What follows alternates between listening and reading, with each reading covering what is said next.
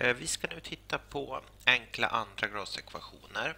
Och det betyder inte att de är lätta, utan det betyder att vi kan lösa dem genom att dra roten ur. Då har vi en kvadrat med arean 49 cm. Hur långa är kvadratens sidor? Och om vi då har arean, vi ritar en figur, alla sidor är x. Arean kommer att vara x gånger x, alltså x upphöjt till 2. Då vet vi att arean skulle vara 49. Och då betyder det här att x upphöjt till 2 är lika med 49. Och då så ska vi helt enkelt dra roten ur. Så x blir plus minus roten ur 49. Men minus kan vi sätta inom parentes eftersom en sida på kvadrat aldrig kan vara negativt. Så det här blir plus minus 7. Så svar x är lika med 7. Så, då ska vi titta på en annan uppgift. Då har vi... Den ser ut så här. Att vi har 2x i kvadrat är lika med 18 på A. Och sen på B 2x i kvadrat plus 10 är lika med 12.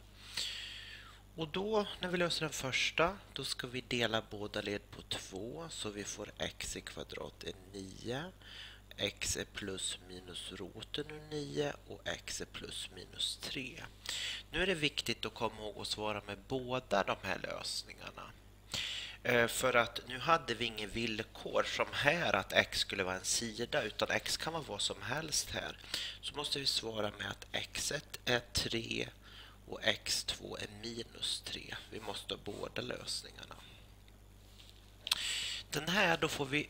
först ska vi ha bort 10 härifrån. Och då så drar vi bort 10 ifrån båda leden. 12 minus 10. Och då kommer vi att få 2x i kvadrat är lika med 2. Och då delar vi det på 2 i båda leden. Och då får vi x i kvadrat är 1. Och då sen blir x plus minus roten ur 1. X blir plus minus 1. Man kan svara plus minus 1 eller så skriver man att x1 är 1 och x2 är minus 1.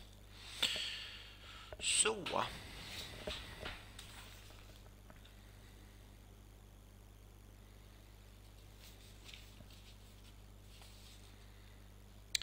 Vi ska titta på ett annat exempel.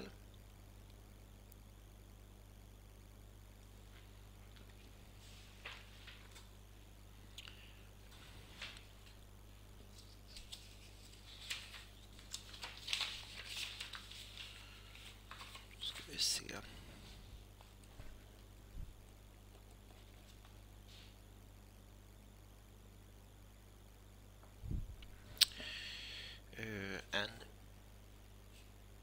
En bil kostar 350 000 kronor som ny. Efter 2 år är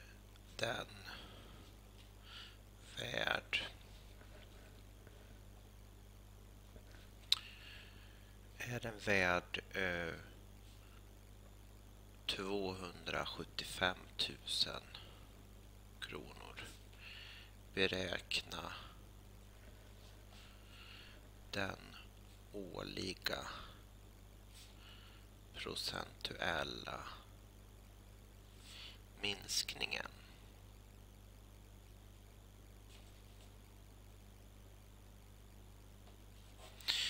Så då antar vi, antag att förändringsfaktorn är x. Och nypris Det var då 350. Efter 2 år, ja då blir det då värdet blir 350 gånger den här förändringsfaktorn som vi sätter x upphöjt till 2. Och då får vi ekvationen.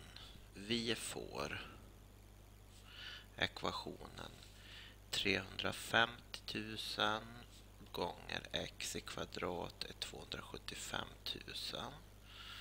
Och då delar vi på 350 i båda leden här. Då får vi att x i kvadrat är lika med 275 000 genom 350 000.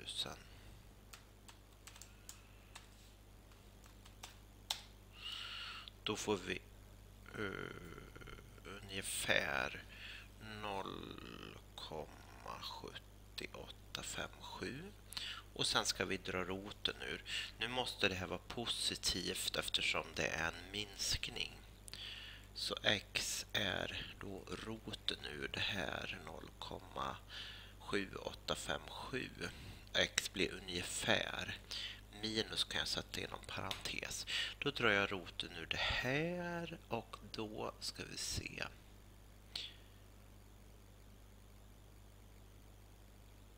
Drar jag roten ur där. Då får jag 0,89. Och det är förändringsfaktor.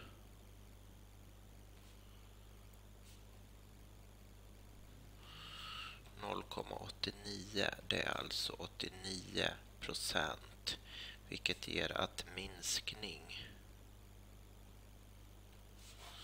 100% minus 89%, alltså 11%. Nu var inte den här värdeminskningen speciellt stor på den här bilen. Det var 11% per år. Och det är ju inte... Ja, det varierar väldigt mycket beroende på andrahandsvärdet.